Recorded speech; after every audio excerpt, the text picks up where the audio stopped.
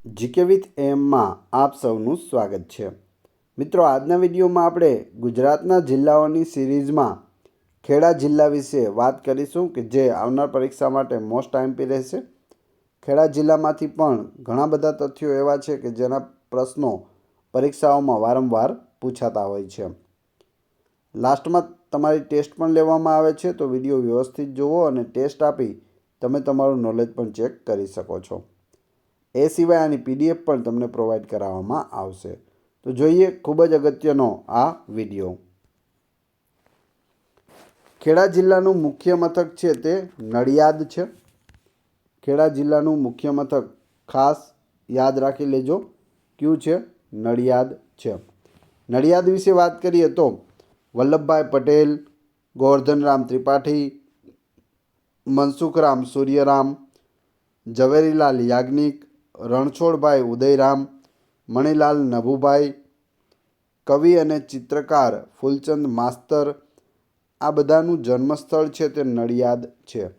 ગોવર્ધનરામ ત્રિપાઠીનું પૂછે કે વલ્લભભાઈ પટેલનું જન્મસ્થળ પૂછે તો નડિયાદ, વતન પૂછે તો કરમસદ। તેમના મામા નડિયાદના હતા અને તેમના મામાના ઘરે સરદાર વલ્લભભાઈ પટેલનો જન્મ થયો હતો। એ સિવાય મણિલાલ નભુભાઈ દ્વિવેદી, તો એ પણ ખાસ યાદ રાખજો, પૂછાઈ શકે। તથા રવિશંકર વ્યાસ એટલે કે રવિશંકર મહારાજ, પૂર્વ મુખ્યમંત્રી બાબુભાઈ જસાભાઈ પટેલ જેવા મહાન પુરુષોની આ ભૂમિ છે નડિયાદ। અહીં સંતરામ મહારાજનું મંદિર પણ આવેલું છે। પૂજ્યશ્રી મોટા એટલે કે ચુનીલાલ ભાવસારનો આશ્રમ પણ અહીં આવેલો છે। ઘણી વખત પૂછાયેલું, પૂજ્યશ્રી મોટાનો આશ્રમ ક્યાં આવેલો છે? નડિયાદ ખાતે આવેલો છે। મહેમદાવાદની વાત કરીએ, ખેડા જિલ્લામાં આવેલું છે। વાત્રક નદીના કિનારે આ નગર મહેમૂદ બેગડાએ વસાવ્યું હતું। અહીં 8 ખંડો ધરાવતો ભમરીયો કૂવો તથા બેગડાએ તેમની બેગમની યાદમાં બંધાવેલો ચાંદા સૂરજ મહેલ પણ આવેલો છે।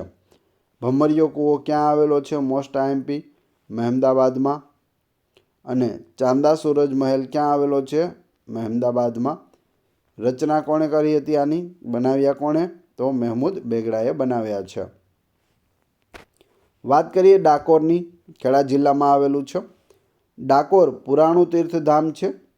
ગોમતી તળાવના કાંઠે આવેલા ડંકનાથ મહાદેવ અને ડંક ઋષિનો આશ્રમ પણ અહીં આવેલો છે। કયા તળાવની નજીક છે? ગોમતી તળાવની નજીક। તેમના નામ પરથી આ ભૂમિ ડંકપુર અને સમય જતાં ડાકોરના નામે પ્રસિદ્ધ થઈ છે।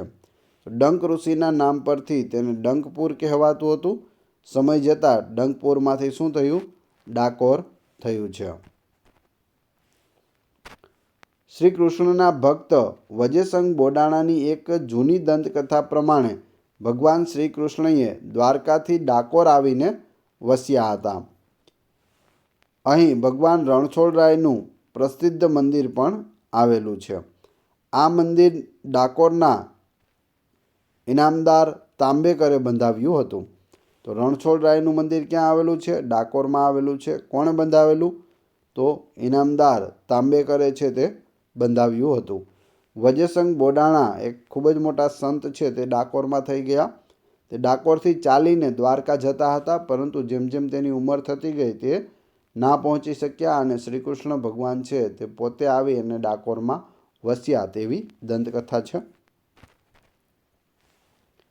દંતકથા પ્રમાણે ભક્ત બોડાણાની અરજથી 1156માં ભગવાન શ્રી કૃષ્ણ અહીં આવીને વસ્યા હતા। વાત કરીએ ખેડા વિશે। ઈસવીસન 1918માં થયેલા ખેડા સત્યાગ્રહના કારણે આ ભૂમિ ખૂબ જ જાણીતી છે। ગુજરાતનો પ્રથમ સત્યાગ્રહ એટલે ખેડા સત્યાગ્રહ। આ નગરનું પ્રાચીન નામ ખેટક હતું। ખેડાનું પ્રાચીન નામ શું હતું? ખેટક। ત્યારબાદ ગલતેશ્વર વિશે વાત કરીએ। અહીં મહી અને ગળતી નદીના સંગમ સ્થાને સોલંકી યુગનું શિવાલય છે તે આવેલું છે।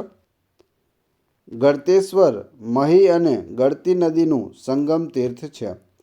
પૂછવામાં આવે નીચેનામાંથી મહી અને ગળતી નદીનું સંગમ સ્થળ કયું છે? તો જવાબ આવશે ગળતેશ્વર. ત્યારબાદ ફાગવેલ. તો અહીં ભાથીજી મહારાજનું મંદિર આવેલું છે. પૂછાયેલો પ્રશ્ન છે. નીચેનામાંથી ભાથીજી મહારાજનું મંદિર ક્યાં આવેલું છે? ફાગવેલ ખાતે આવેલું છે અને ગુજરાતનું એકમાત્ર આ ભાથીજીનું મંદિર છે, તો ખાસ યાદ રાખવું. ત્યારબાદ ઉત્કંઠેશ્વર વિશે વાત કરીએ. ઉટંડિયા મહાદેવ તરીકે જાણીતું આ સ્થળ વાત્રક નદીના કાંઠે આવેલું છે. તો ઉટંડિયા મહાદેવ માટેનું સ્થળ છે તે ક્યાં છે? ઉત્કંઠેશ્વરમાં છે અને કઈ નદીના કિનારે છે? તો વાત્રક નદીના કાંઠે છે. ત્યારબાદ કપડવંજ વિશે વાત કરીએ. આ નગરનો ઉલ્લેખ રાજપૂત યુગમાં તથા જૈન સાહિત્યમાં કરપટ વાણિજ્ય નામે થયેલો છે. પૂછવામાં આવે કપડવંજનું જૂનું નામ જણાવો. કરપટ વાણિજ્ય. આ શબ્દનો અર્થ કાપડનો વ્યાપાર એવો થાય છે. કરપટ વાણિજ્ય એટલે શું? કાપડનો વેપાર. આ નગર મહાર નદીના કિનારે વસેલું છે. કપડવંજ ક્યાં આવેલું છે? કઈ નદીના કિનારે છે? મહાર નદી. અહીં કુંડવાવ આવેલી છે જેનું બાંધકામ સિદ્ધરાજ જયસિંહે કરાવ્યું હતું. ત્યાં 32 કોઠાની વાવ, વોરવાડ, મહાત્મા ગાંધી ગાર્ડન, રત્નાકર માતાનું મંદિર અને સરદાર બાગ આવેલા છે. આ ઉપરાંત આ ભૂમિ કવિ રાજેન્દ્ર શાહની જન્મભૂમિ છે. જ્ઞાનપીઠ પુરસ્કાર 2001માં કવિ રાજેન્દ્ર શાહને મળ્યો હતો. તો આ તેની ભૂમિ છે. લસુંદરા વિશે વાત કરી દઈએ તો એક ટોપિક યાદ રાખવા જેવો છે કે અહીં ઠંડા અને ગરમ પાણીના ઝરા આવેલા છે. પૂછવામાં આવે નીચેનામાંથી ગરમ પાણીના ઝરા ક્યાં આવેલા છે? અલગ અલગ સ્થળો આપેલા હોય ને તેમાં એક લસુંદરા આપેલું હોય છે. વસો વિશે વાત કરીએ. મહાત્મા ગાંધીની હાકલથી પોતાનું સર્વસ્વ છોડીને સ્વાતંત્ર્ય આંદોલનમાં ઝંપલાવનાર રાજવી દરબાર ગોપાળદાસની આ જન્મભૂમિ છે. અહીં આવેલી તેમની હવેલી કાષ્ઠકલાનો ઉત્કૃષ્ટ નમૂનો ગણાય છે. તો દરબાર ગોપાળદાસ ક્યાંના હતા? વસોના હતા. પૂછવામાં આવે દરબાર ગોપાળદાસની હવેલી ક્યાં આવેલી છે? તો વસો ખાતે આવેલી છે. અને શેના માટે ફેમસ છે? તો કાષ્ઠકલાનો ઉત્કૃષ્ટ નમૂનો છે. લાકડાની બનેલી છે. દરબાર ગોપાળદાસે 1915માં ગુજરાતનું પ્રથમ બાલ મંદિર શરૂ કરી મોન્ટેસરી પદ્ધતિથી શિક્ષણ આપવાનું કાર્ય છે તે શરૂ કર્યું હતું. કઈ પદ્ધતિ છે? મોન્ટેસરી પદ્ધતિ. ખાસ યાદ રાખજો.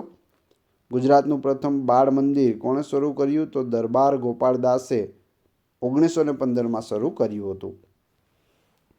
ગાંધીજીએ જેમને ચરોતરનું મોતી કહીને નવાજ્યા હતા તેવા મોતીભાઈ અમીનની આ જન્મભૂમિ છે. ખેડા જિલ્લાના પ્રમુખ તથ્યો જોઈએ.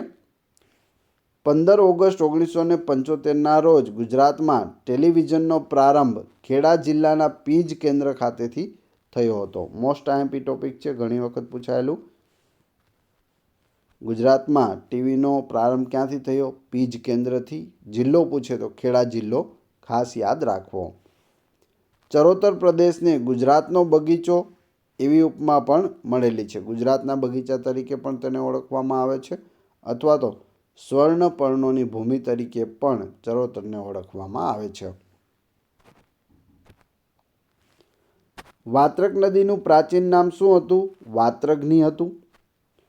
નડિયાદ લીલા ચેવડા તથા ડાકોર ગોટા માટે જાણીતું છે. નડિયાદનો લીલો ચેવડો અને ડાકોરના ગોટા પ્રખ્યાત છે. ગુજરાતમાં નહેરો દ્વારા સિંચાઈમાં ખેડા જિલ્લાનો પ્રથમ ક્રમ છે. તો ખેડા જિલ્લો છે તે પ્રથમ ક્રમે આવે છે. શેમાં? નહેરો દ્વારા સિંચાઈ કરવામાં. હવે તમારી ટેસ્ટ. જે આપણે વિડીયો જોયો તેમાંથી તમને અહીં પ્રશ્નો પૂછવામાં આવે છે જેના જવાબ તમારે ક્રમશઃ કમેન્ટ બોક્સમાં આપવાના છે જેથી તમને ખ્યાલ આવે તમને કેટલું યાદ છે. પ્રથમ પ્રશ્ન, ખેડા જિલ્લાનું મુખ્ય મથક કયું છે? બીજો પ્રશ્ન, મહેમદાબાદ કઈ નદીના કિનારે આવેલું છે? 3. ખેડા સત્યાગ્રહ કઈ સાલમાં થયો હતો? અને 4 ભાથીજી મહારાજનું મંદિર ક્યાં આવેલું છે? 4-4ના ક્રમશઃ જવાબ છે તે તમે કમેન્ટ બોક્સમાં આપી દેજો. આ વિડીયોની PDF મેળવવા માટે તમે ટેલિગ્રામમાં જીકે વિથ AM ચેનલની મુલાકાત લઈ શકો છો કે જેની લિંક ડિસ્ક્રિપ્શનમાં પણ આપેલી છે. વિડીયો પસંદ આવ્યો હોય તો લાઇક, કોમેન્ટ, શેર અને સબસ્ક્રાઈબ કરવાનું ના ભૂલશો. આ ચેનલ ઉપર ઘણા બધા વિડીયો અવેલેબલ છે. તમે ચેનલના નામ ઉપર ક્લિક કરી વિડીયોમાં જઈ બધા જ વિડીયો જોઈ શકો છો. Thanks for watching my video.